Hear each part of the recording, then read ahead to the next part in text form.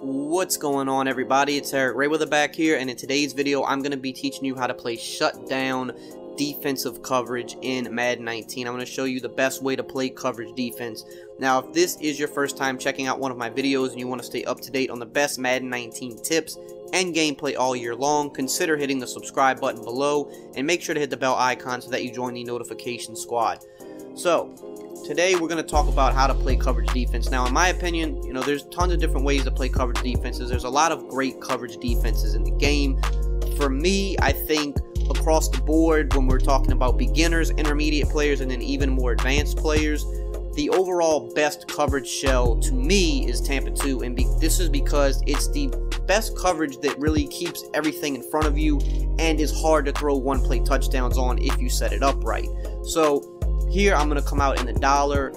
You can use this out of any formation really, but I like using the dollar formation, so I'm going to pick the cover 2 drop.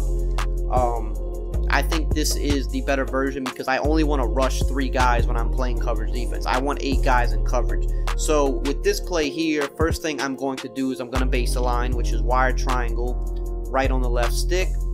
Then I'm going to shade my coverage up because I don't want soft squats, I want cloud flats on the field. So if you come out in a regular Tampa 2, you will already have cloud flats, but some other cover 2s might have a hard flat or a soft squat. So just to always make sure you have cloud flats on the field, you can press wire triangle and then up on the right stick. That'll make sure you always have cloud flats. Now from here, the only other thing I want to do is I want to take this guy that's in the spy here and I want to put him in a deep middle third. So I do that by pressing A or X and then up on the left stick. Now that's it. I want to keep the mid read on the field because the mid reads do a very good job against a lot of plays this year and playing really good match coverage. So this is something that even if you're not the best user, if you're a D-line user, this is your coverage defense because you're going to keep everything in front of you. You're not really going to be able to throw corner routes on this because the cloud flats will take those away. They'll take away most corner routes. There's a few glitchy ones in the game, but for the most part, the average person you're playing online, those cloud flats will take away corner routes. This mid-read will do a good job at matching and taking away most crossing routes. This deep middle third will take away deep posts, and it'll keep you from getting bombed up the seam. And then you have these vert hooks that'll play underneath. The only thing people can really do on this is just try to dink and dunk you, try to throw drag routes or something of that nature, which is fine. Make them work to get down the field. That's the goal of playing coverage defense. If they want to take 15 to 20 plays to get downfield, you let them do that because you're increasing the chances of them, overthrowing passes or dropping passes or fumbling when you hit them. So even if you're not a good user, you can come out in something like this and, you can be okay. So only thing I can really do here is throw this drag underneath. That's it. If I'm trying to throw this crossing route, you see how that route kind of matched it. Now we did complete it there, but it was very tight coverage. That wasn't, what you would call a safe throw by any means. So we'll run it again. Again, we'll just kind of fade the tight end because that's something that a lot of people will do out of a play like this. And you can see, that I'm trying to throw it there, but I got hit with the block shed reach tackle. But we'll go to the replay here. Now nothing's foolproof in Madden. Zone coverages aren't perfect. They're gonna glitch out sometimes. It's just how it is. But watch how the linebacker is matching the crossing route. Now you have to wait. I mean, you have like the smallest window. If you throw it right here, you might be able to possession catch that, but it's not a throw that most people are going to feel comfortable making. And if you put a better linebacker here, like I think that's Malcolm Smith, he's pretty decent, but like if I have Ramon Foster there, for example, he's a little bit faster, a little bit better of a coverage guy, he would lock that up. So especially if you're playing Mutt or something, you put a guy like a Shazier there or a Bobby Wagner, he's going to defend that even better. But what I suggest doing is usering this guy. Now that's just if you're not good at usering, then fine, I understand it. Not everybody's good with it, but if you're good at usering, then you want to user that guy because at this point, you sit in the middle and you kind of see what's coming. You see the crossing route coming. You can stick that the entire way, and then you can see nothing there is open. The only thing we could really do is throw a quick drag and try to pick up maybe 4 to 5 yards. So I'll show that right here. Again, I mean, it might seem really basic. Now, this is why I like it out of the dollar because when you do this out of other formations, usually you have 4 guys rushing. I don't like that. I only want 3 guys rushing because I want to have the 3 yellow zones plus the deep blue zone over the middle. right? Like if this was like a regular cover 2 or something, you might have, you know, this guy would be on the line and he'd be blitzing, and we only have 2 yellow zones on the field. That's not what I want. I definitely want to have the most coverage possible. So again, now we'll just show trying to throw a drag here. Of course, you know, we can throw the drag underneath, but we're keeping everything in front of us. We're coming down and we're trying to lay hit sticks. We're keeping everything in front of us. And you can also use the drag yourself as well. You're not going to be able to take away everything on the field, but your goal is to not give up big plays with this. That is your entire goal, is I'm not going to give up big plays. So here, you know, you can start underneath with the drag, and then you can try to run up, bail up field, and get to the crossing route. That's if you're a little bit more of an advanced user. But what you can see we're doing is we're keeping things in front of us. So now let's go to a different play. We'll go to the PA crossers, and you might see a setup or something like this that people like to run with that.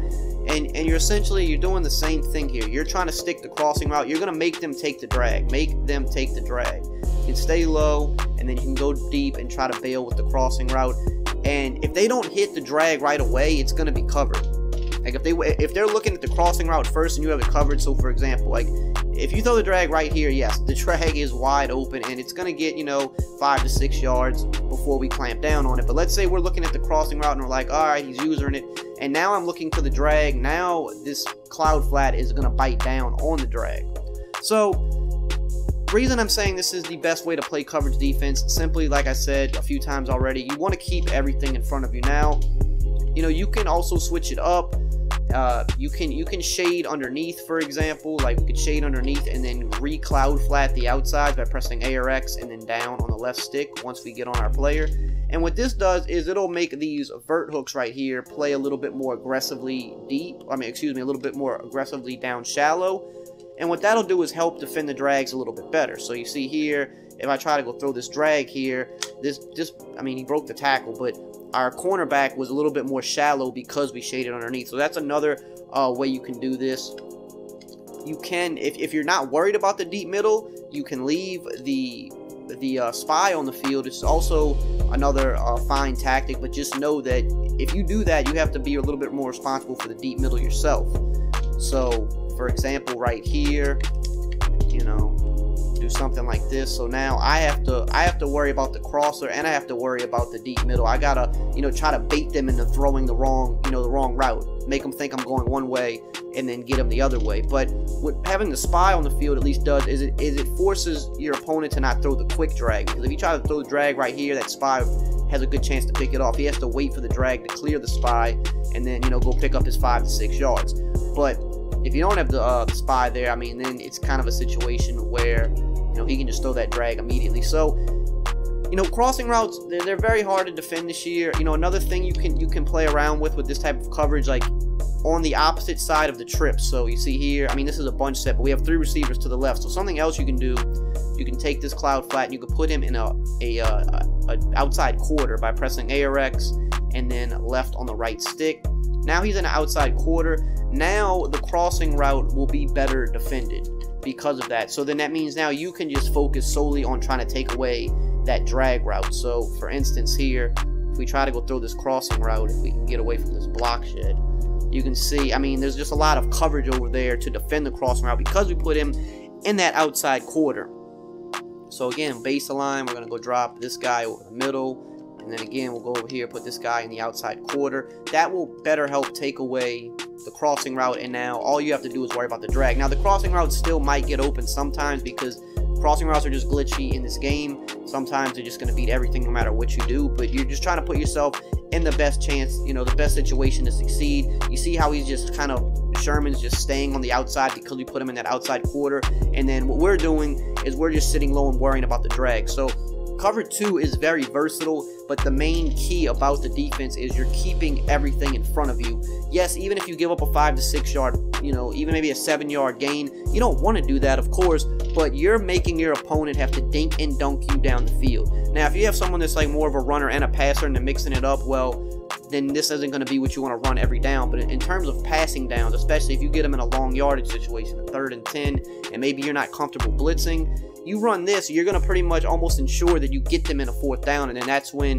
you know, they have to make one play versus you making one play. So it's all about putting yourself in the best position to succeed. That's really what playing the game is all about, and this is going to, for the most part, keep everything in front of you And like I said, if you're worried a little bit more about crossing routes and you're dealing with like a bunch set or a trips tight end set, all you have to do is take the opposite cloud flat and just put him in a deep quarter, and that'll give you better sideline protection and defend against those crossing routes better. And then, like I said, you can just kind of hug down below and worry about stuff like drags yourself. So in my opinion, this is how you want to play coverage defense. Like I said, I'll get into some more advanced coverage defenses as the year goes along, but this was a little bit more basic, more beginner to intermediate guys that, you know, might not be, you know, as good at stopping some of these routes or stopping big plays. If you want to limit big plays, you want to run something, you know, along these lines to just make sure to not let up, you know, huge gains. So I hope you guys enjoyed this video and found it helpful. If you did, as always, just drop a like, comment, subscribe, and I will see you guys next time.